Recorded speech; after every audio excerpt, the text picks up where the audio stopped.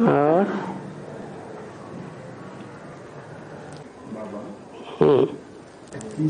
अच्छी सेवा कब और कैसे होगी? मनसा से होगी, वाचा से होगी या कर्मणा से होगी? तो मतलब कर्मणा, वाचा और मनसा। कर्मणा है कर्मेंद्रियों की ताकत से भाग दौड़ करो,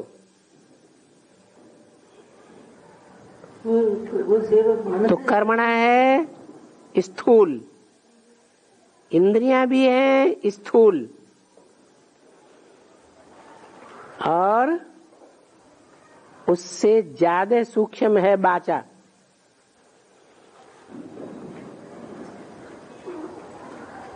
तो जिनकी वाचा में शक्ति नहीं है,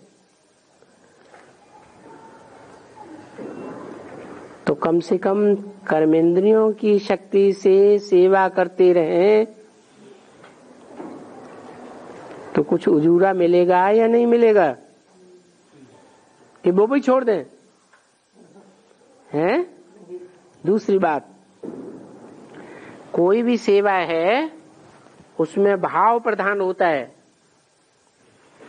श्रेष्ठ भाव से कोई सेवा करेंगे, भले कर्मेंद्रियों से ही, कर्मणा की ही सेवा क्यों न करें, उसमें जास्ती अच्छा फल बनता है। सतो प्रधान सेवा से सतो प्रधान फल निकलेगा। गुस्से में आकर के कर्मेंद्रियों से कोई कर्म किया, सेवा की, तो उसका रजो प्रधान फल में निकलेगा।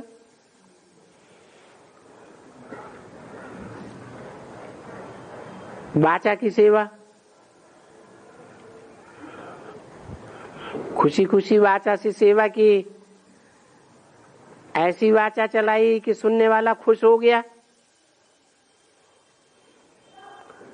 भले ज्ञान तो ज्यादा उतना गहरा नहीं सुनाया, लेकिन सुनने वाले को खुशी बहुत आ गई, प्रसन्नता बहुत हुई, तो सेवा हुई या नहीं हुई?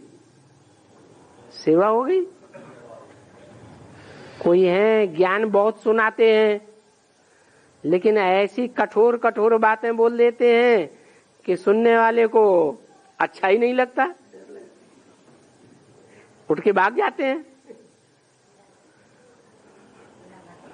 तो वाचा की सेवा सूक्ष्म है, शक्तिशाली है, लेकिन उसमें भी भाव देखा जाता है। भाव प्रधान विच्छु रचि राखा।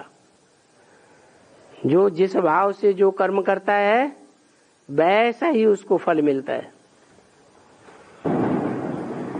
मान लो किसी ने किसी की हत्या कर दी,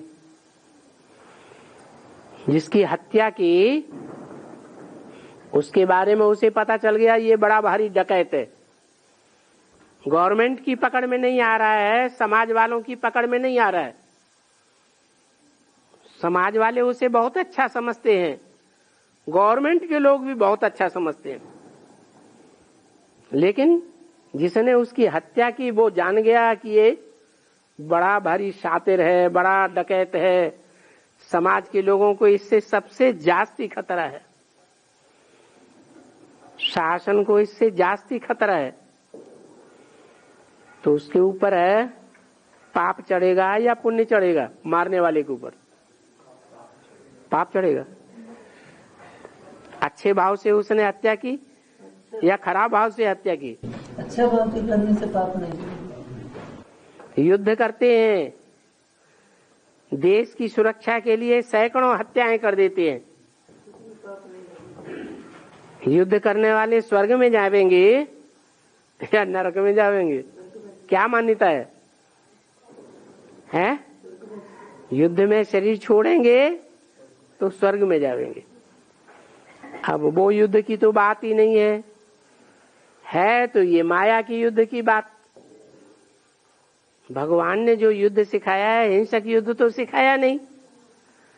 भगवान तो आकर के गृहस्थियों को युद्ध करना सिखाता है, काम क्रोध लोभ मोह अहंकार के ऊपर युद्ध करना सिखाता है। इस काम विकार को भस्मीभूत कर देना, जो ये सर ही ना उठा सके कभी। तो यो युद्ध है जो माया का युद्ध है, भले काम विकार का ही युद्ध है। युद्ध करते करते कोई हार गया और इतना हारा, इतना हारा, इतना हारा कि शादी करके बैठ गया, बच्चे पैदा कर लिए, तो मर गया या जिंदा रहा? क्या कहेंगे? मर गया। जिंदा वो है जो कभी हिम्मत नहीं हारता। देखिए साइकिल सीखने वाला बार बार गिरता है, बार बार झट से उठ के बैठ जाता है गद्दी के ऊपर।